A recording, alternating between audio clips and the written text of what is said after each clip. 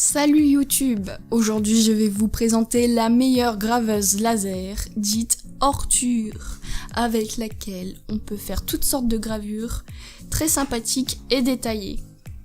Enfin bref, aujourd'hui donc... En fait c'est ma vidéo, donc si tu pouvais bien bouger de là s'il te plaît. Enfin, c'est ma vidéo quoi, c'est ma chaîne en fait. Donc oui, aujourd'hui je vous présente cette machine, la Orture Laser Master 2. Allez, c'est parti!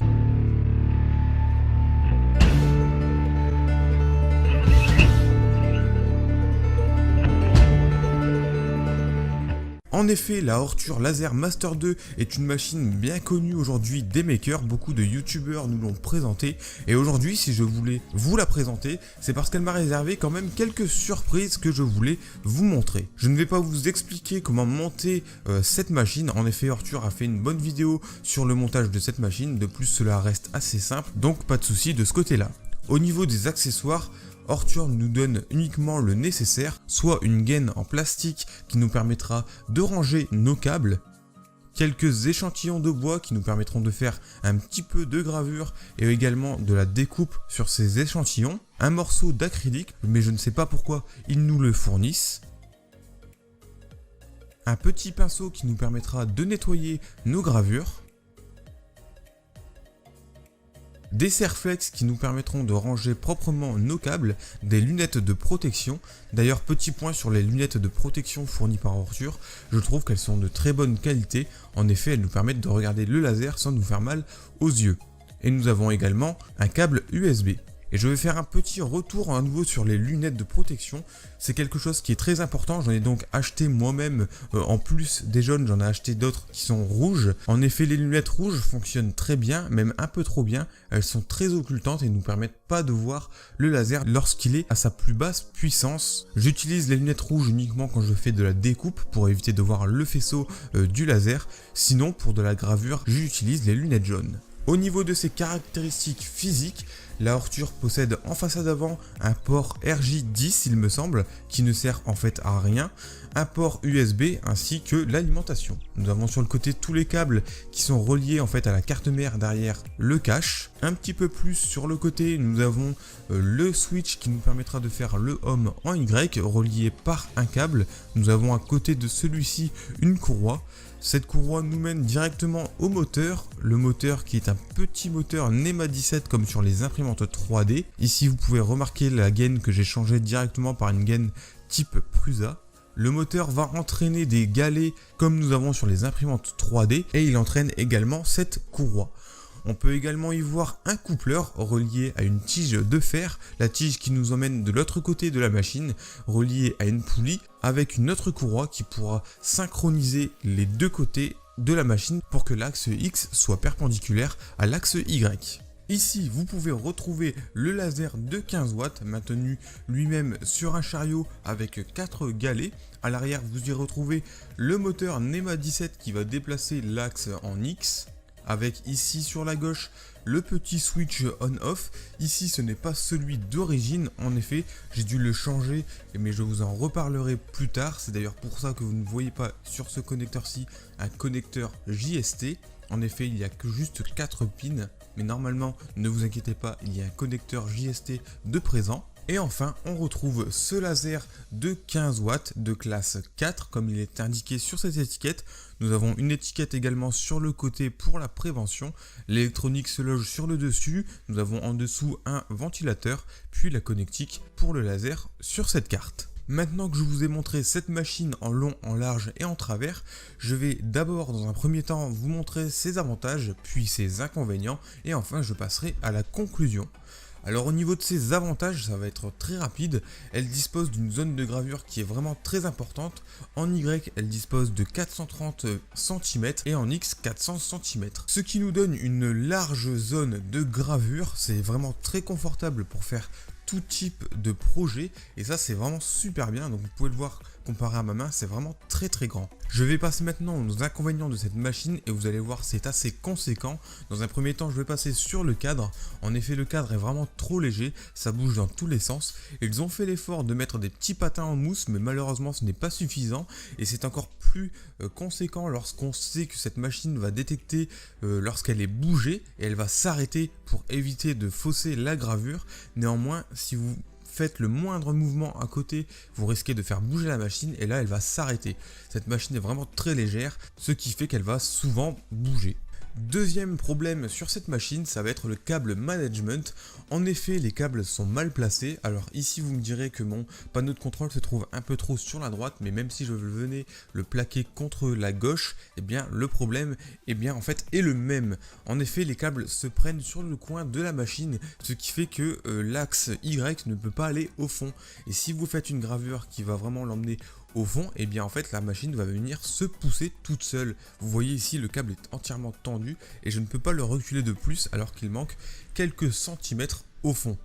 Ici, comme vous le voyez, si j'envoie la machine vraiment au fond, elle vient se pousser toute seule. Comme je vous l'ai dit tout à l'heure, sa structure est vraiment trop légère, ce qui fait que la gravure va venir s'arrêter. Troisième problème, ça va être au niveau de ce petit PCB, plus précisément à cause de ce petit bouton, qui n'est pas celui d'origine, mais celui d'origine lorsque le moteur est venu déplacer l'axe X pour venir cliquer sur son switch, la petite languette en métal est venue tomber, elle s'est littéralement cassée en deux. J'ai donc dû en rajouter un autre. C'est pour ça que j'ai dû dessouder le bouton et en remettre un nouveau et retirer également la prise JST. Autre problème et pas des moindres, ça va être la petite carte de contrôle qui est vraiment très capricieuse. Alors ici je vous montre celle-ci, mais il y en a une autre auparavant en effet. Alors celle-ci je l'ai utilisée tout à fait normalement, mes branchements étaient bons, puis à un moment donné lorsque je suis venu graver, elle a cramé. Je l'ai donc remplacée par celle-ci qui était nouvelle et j'étais content de voir qu'il y avait une prise RG10, donc probablement internet, mais au final elle ne sert absolument à rien.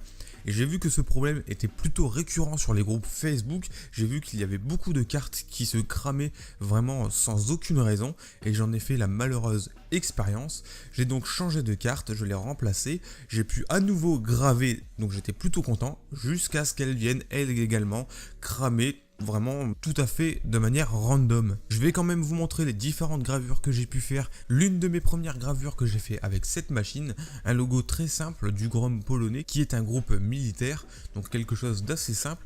Puis je suis venu faire quelque chose d'un petit peu plus complexe, un peu plus conséquent.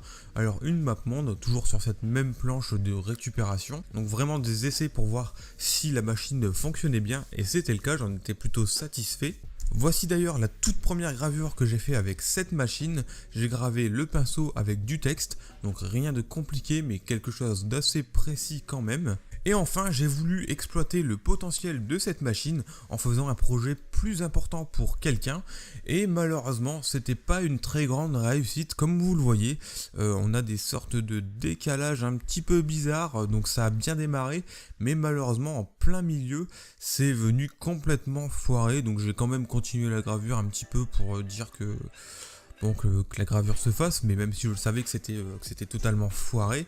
Et c'est ce que je vous expliquais tout à l'heure par rapport au câble. Alors en fait ici la planche était au fond à droite, tout simplement parce que j'avais d'autres choses à graver en même temps, hein, donc elle était vraiment tout au fond à droite de ce côté là, et j'avais d'autres choses à graver ici sur la machine pour optimiser son espace. Et malheureusement en fait elle est venue se pousser elle-même, ce qui a créé des décalages et ça a foiré totalement la gravure. J'ai donc persévéré sur l'autre face et ça a plutôt bien démarré, mais malheureusement ici bien vous pouvez le voir, il y a quelques traits qui sont un peu moches, donc je n'ai pas arrêté pour ça, j'ai arrêté parce que la machine avait foiré, en fait la carte avait cramé, tout simplement, voilà c'est tout, et je n'ai pas pu terminer ce projet malheureusement. Enfin je l'ai terminé plus tard quand j'ai racheté cette nouvelle carte pour justement remplacer celle qui était défectueuse. Je vais vous montrer maintenant les différentes gravures que j'ai faites avec cette deuxième carte. Alors j'en ai pas fait beaucoup en fait en réalité, j'ai fait beaucoup de choses assez simples, des logos en noir et blanc. Ici par exemple j'ai fait le logo du jeu Cyberpunk 2077, j'ai fait également d'autres gravures vraiment très simples avec des formes qui sont vraiment très basiques. Donc voilà, rien de très compliqué.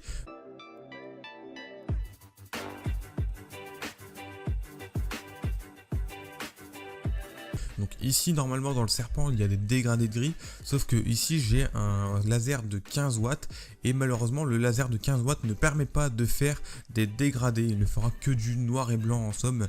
Donc c'est tout ce que j'ai pu faire. Donc j'ai rempli cette planche en fait de gravure. Ensuite j'ai voulu passer sur un autre vrai projet, quelque chose qui me tenait à cœur. Et j'ai voulu vraiment faire quelque chose de gros cette fois-ci. Et j'ai donc fait ceci. Et malheureusement, eh bien ça a foiré à nouveau. Donc vous pouvez voir quand même que c'est assez conséquent. Donc j'ai acheté du bois, de la teinture, des LED, etc. pour faire un projet. Malheureusement, la machine n'a pas voulu que je le termine. Donc vous pouvez le voir ici, ça a bien commencé. Il n'y a pas eu de souci particulier. Mais en plein milieu de la gravure, elle s'est coupée, la machine s'est arrêtée. Donc j'ai dû la relancer, malheureusement elle ne s'est pas relancée tout à fait au même endroit, ce qui a créé ces lignes disgracieuses que vous voyez en plein milieu. Et donc j'étais plutôt déçu, mais j'ai quand même persévéré. J'ai lancé une autre gravure de l'autre côté, puisque je pouvais me servir de l'autre côté. Et franchement, j'étais plutôt content jusqu'à ce que la machine, fail à nouveau. Bon, vous me direz, c'est pas trop mal, mais c'est pas du tout le résultat que j'attendais. Alors, en effet, ici, sur le bas, c'est très propre, il n'y a pas eu de souci particulier. La machine s'est quand même arrêtée au niveau de la bouche du Dark Vador. C'est pour ça qu'on voit deux traits, en fait, elle s'est arrêtée 2 fois également. Au niveau des yeux, elle s'est arrêtée une nouvelle fois, donc j'ai dû la relancer déjà 3 fois. Puis au niveau du haut, simplement, vous voyez une grande ligne ici horizontale, tout simplement parce que la machine en fait est venue, la carte cramer à nouveau. Alors elle n'a pas cramé dans le même sens. Je vais vous expliquer un peu comment fonctionne la gravure, vous allez comprendre un peu mieux le problème. Ici le laser fonctionne à 100%, ici à 0, puis elle reprend à 100%, puis 0 jusque le bord de l'image. Elle revient à 100%, 0, 100 et elle recommence, etc. Donc tout ce qui est blanc, elle fait du 0%, tout ce qui est noir, 100%. Et malheureusement ici, la ligne horizontale que vous voyez, c'est parce que la machine fait du 100% tout le temps. En fait, elle ne veut plus jauger son laser, elle ne veut plus faire de 0 à 100, non, elle fera tout le temps du 100%. C'est pour ça qu'on voit cette espèce de flou, tout simplement parce que j'ai mis en fait des feuilles pour cacher le côté, pour éviter que les côtés soient gravés.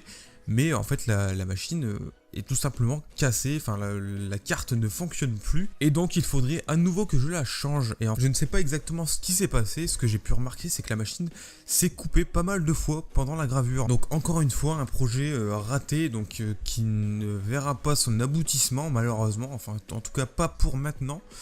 Je suis plutôt déçu que cette machine n'ait pas pu faire ce que je voulais. Et pour les plus sceptiques d'entre vous, voici laser GRBL sur mon ordinateur. Je vais placer le laser au centre de ma table, placer mon échantillon sur lequel j'ai déjà fait un essai.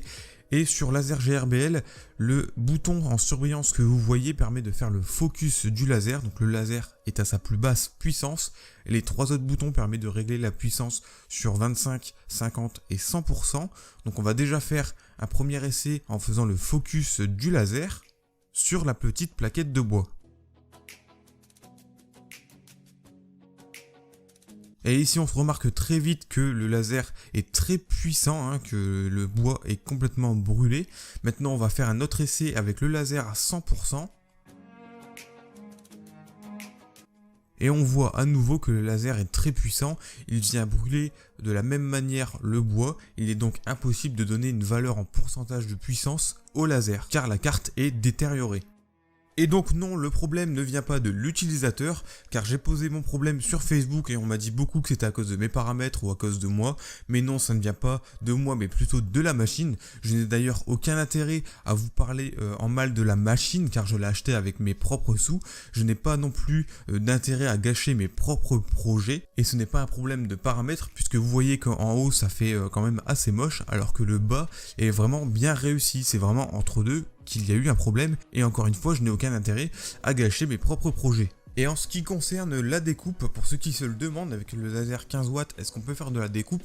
Alors oui, vous pouvez découper du 1, 2, 3 mm de contreplaqué. Le 3 mm ça va être compliqué, ça va être très long, mais c'est possible. Ici c'en est, c'est du 3 mm. J'ai mis quand même plusieurs heures pour découper, mais c'est tout à fait faisable. Bon après ce n'est pas très propre, mais c'est vraiment faisable.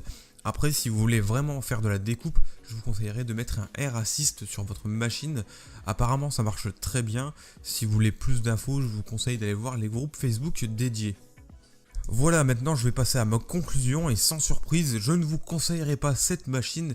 Cette machine est vraiment trop capricieuse, non seulement à cause des pièces qui cassent, à cause du cadre trop léger, du câble management qui est mal fait. Enfin bref, c'est quelque chose que je ne peux pas vous conseiller. Personnellement, je la réutiliserai, mais je vais changer complètement de carte. Je vais passer sur une carte Arduino comme j'ai déjà utilisé. J'espère que la vidéo vous a plu. Si c'est le cas, laissez un j'aime. N'hésitez pas non plus à laisser un commentaire pour me dire ce que vous en avez pensé. Moi je vous laisse, j'ai une miniature YouTube à faire, on se retrouve à la prochaine vidéo, allez, salut!